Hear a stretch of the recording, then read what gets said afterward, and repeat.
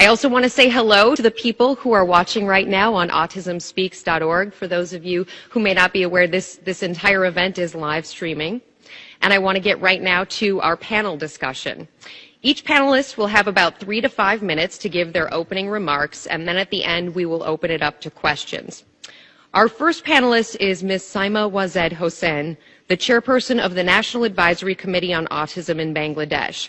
She is a school psychologist by training and one of the driving forces behind her country's leadership in fighting for all people with autism. Ms. Hossain. Thank you.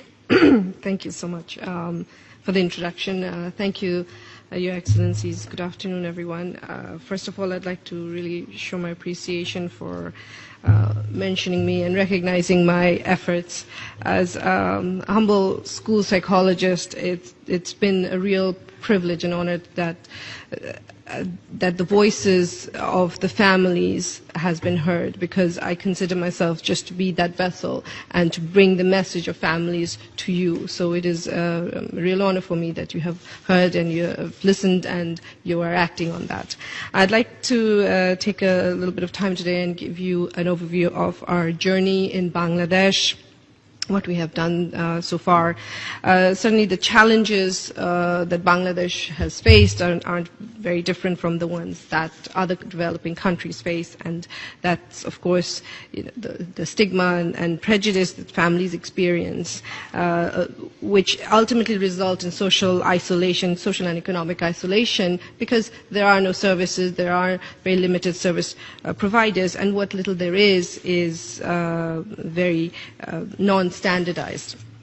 So, having an understanding of what was going on in Bangladesh, we decided to create our own inclusive, innovative, and collaborative approach, and have partnered with many organizations and continue to do so. And our most high-profile journey started in 2011 when we organized an international conference.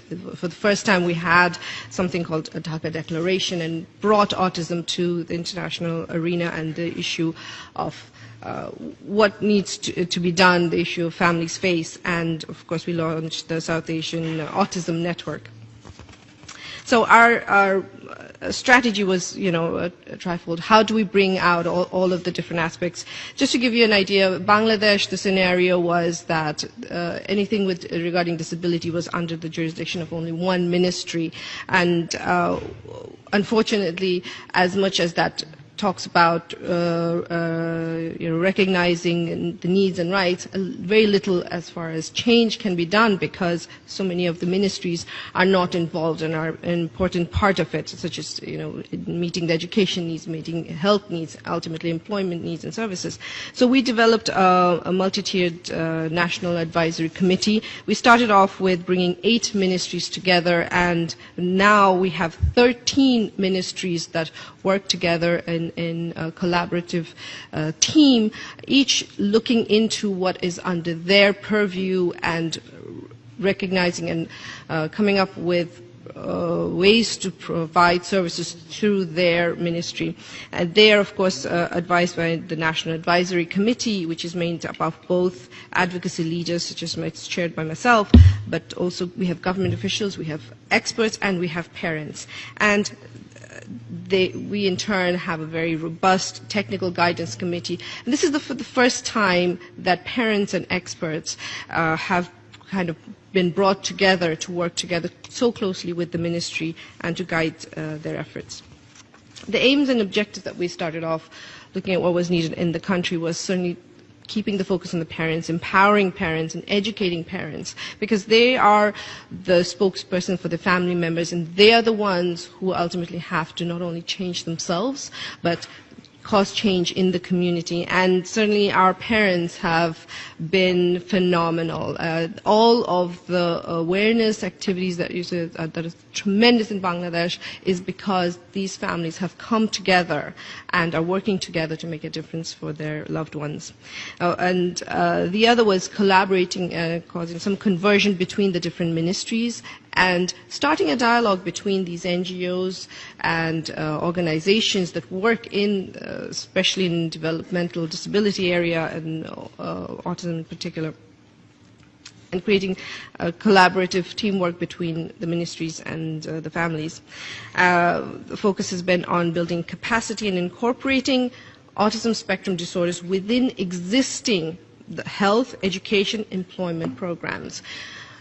Because the challenge in Bangladesh is is, of course, certainly the population and the lack of service providers and centers. So creating any one thing would not work, but we looked at how we could incorporate autism spectrum disorder so that it's sustainable, so that it's feasible for the country and not such a drain and not challenging the already the existing demands of the government and the programs.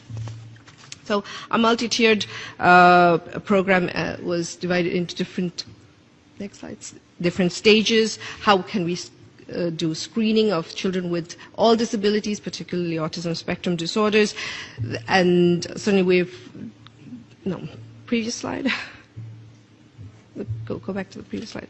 So it's about in different stages. First of all, screening for any kind of disabilities, then training the experts in the field to be more do diagnostic assessments, and then of course services, looking at both educational services, home-based services, and special education all the way to university programs, and of course ultimately leading to employment and social inclusion.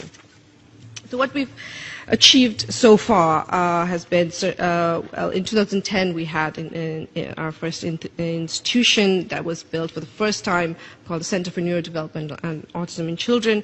We've had a new department specifically for counseling psychology, and most recently this year an academy for autism has been planned by the Ministry of Education that would specifically look at training teachers and developing a model for educating children on the spectrum. Certainly our National Advisory Committee and working with the multiple ministries. We've also conducted in 2012 a guided analysis looking and mapping out all of the services and areas that we can incorporate autism and autism issues within our national development plan. The policies, of course, we've had very many policies for children, for women in Bangladesh, but one I'm most proud of is the 2013 Neurodevelopmental Disorders Protection Trust Act. This is the first time a trust act has been formed for a specific group of disorders. And let me tell you, parents were very closely involved in guiding what was in that trust act. And this is the first time that we have an expert as chair of that trust, and parents and experts both being in the board of trustees, so that they are in the heart of the decision-making process. And of course, we've had our Persons with Disability Act also that has been updated. And ongoing that has been going on since 2011 is the training and awareness that includes training of health professionals, community health professionals, teachers, doctors, parents, and we not only engage in the Light It Up Blue campaign, but every 2nd April we have a huge cultural show that's attended by the Prime Minister. This year, Minister of Social Welfare as well as the Minister of Health was in attendance, and this year for the first time the entire cultural show was conducted by children with autism. We have some unfortunately, we didn't have time to get all the pictures to you, but it was this was incredible that this is the first time they were given the entire show to perform, and we have a wonderful team, very, very talented children. This past, our most recent achievement has been the global initiative that we launched this time. The idea for this global initiative that we did in September with the World Health Organization was this is a photograph of the event that we had in Bangladesh as part of the side event for the Southeast Asia Regional Organization meeting for WHO. The idea, of course, is taking this sort of multi-tiered, innovative, and collaborative process into the international arena. Even within our autism and disability community, there are so few sort of experts. There are so many competing agendas that it inadvertently ends up not being an advantage to the families. And if we keep the families at the center of our focus, we have to figure out how to bring everybody together, how to bring all of the players together and figure out how we can help these families in a collaborative manner. So that's the aim of the global initiative, and I hope that we can take this approach, this multi-tiered approach, and look at inclusive development and incorporate autism spectrum disorders and what services, be it policies, be it programs, and help countries become much more independent and be able to provide for the families in a sustainable and feasible manner. So, I hope since all of these, we have all of these resolutions every year. We have these panel discussions. What I'm really hoping for is now that we can take some concrete steps and tell families in countries like Bangladesh that no, you don't have to go to another country. We're going to provide services for you. We're going to provide assistance for you where you live, in your community, in your country. Thank you.